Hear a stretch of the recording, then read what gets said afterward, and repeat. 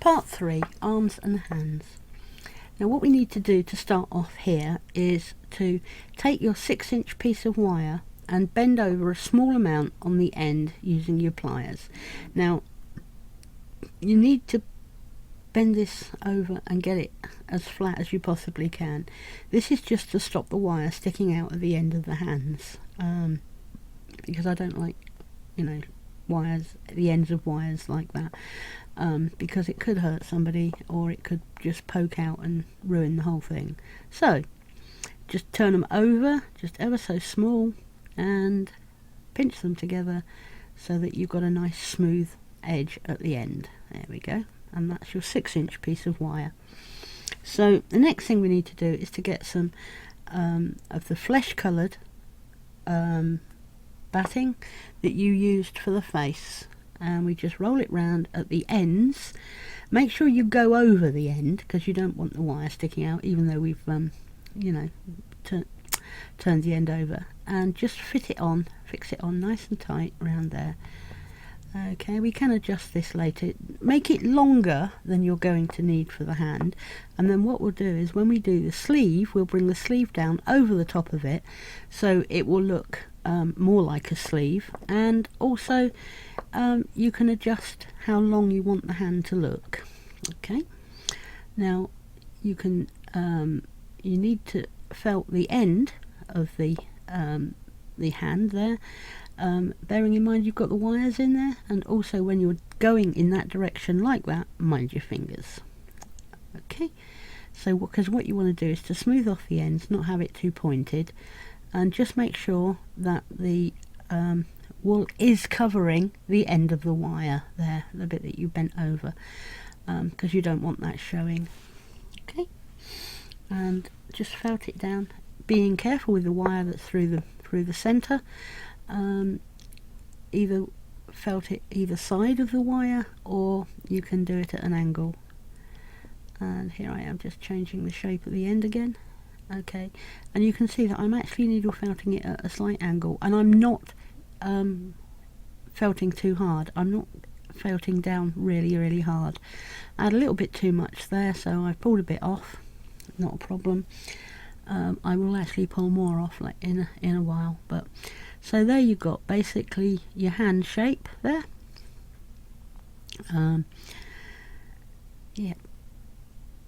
I'm not happy with that end bit at the moment. It's still rather pointy, but I will change it here by, that's it, poking it and prodding it in a little bit more.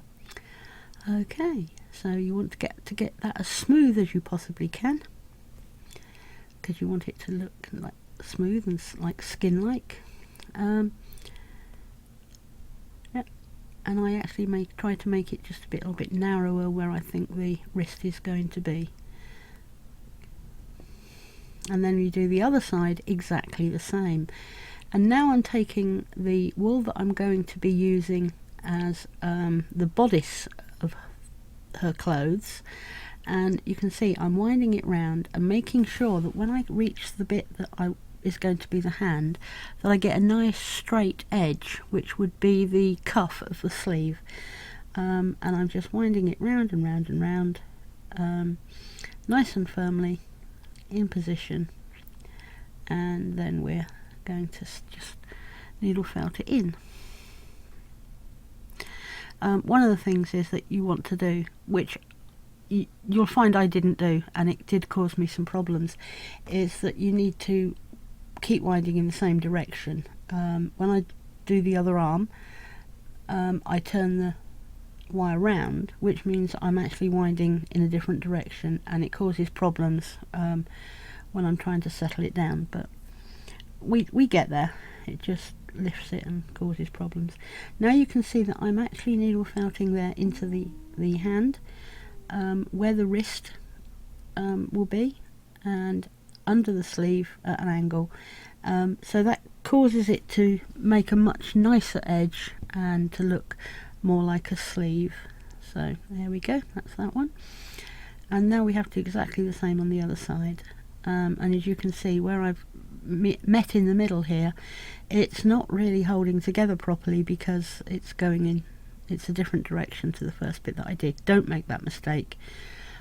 Always wind in the same direction. So I mean, if we'd have had a longer piece of wool, we could have wound probably from one end all the way through to the other, but I tend to like to do it in 2 separate pieces because I really like that straight edge there right at the cuff, and that's much more difficult to get if you don't start there. So here we go, lots of felting down now.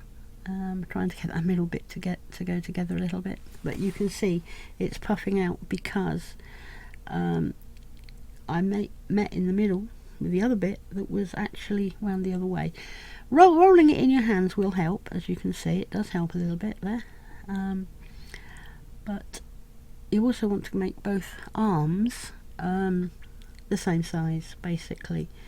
So the left hand one there is a little bit thinner.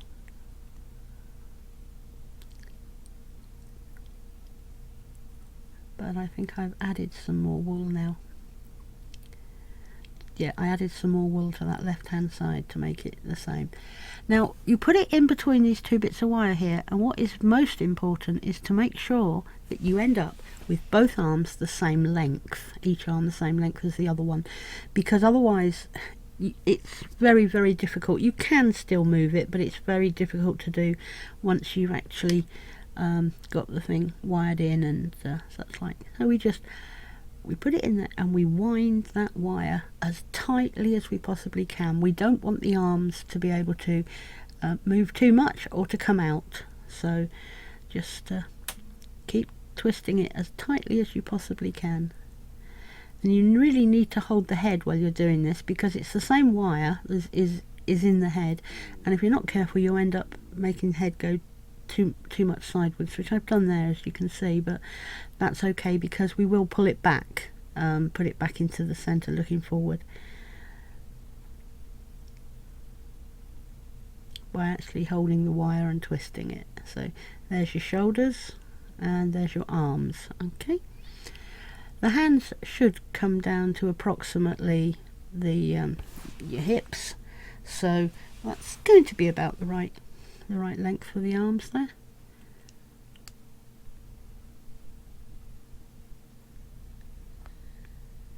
And as you can see, I'm needle felting it down as much as possible round the wire there and below the head, getting a nice shape for the shoulders.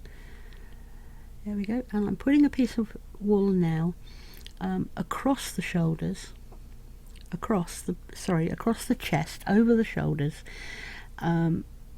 down so where the wire is. And I do this because it helps to keep everything in place, and I felt it down round the wire there quite considerably.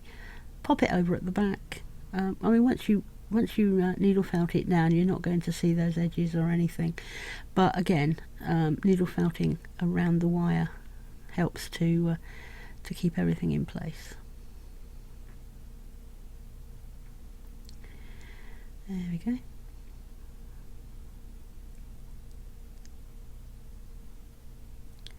It's almost like a cowl that you're putting on there, but once it's all needle felted down, you don't really see it any different to the rest of it. Plus the fact that once we do the body, that's all going to be attached as well, and you won't see that cowl shape at all. So okay, I'm pushing the arms upwards now so that I can needle felt nicely in underneath the arms and get rid of that fluffy bit there. When you're working on your arms or your body here, try not to squash the face. So if you're doing her face down, do it over the edge of the mat so that you're not going to squash her face and the nose and such like, because you don't want that. You've taken time to make the face nice and you want to keep it like that. So that's my advice, is to put her head over the edge of the mat while you're working on the body and the arms.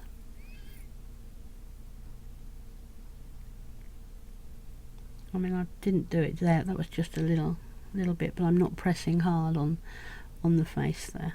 So there we go. We're nearly there and nearly ready for the body. Thanks for watching.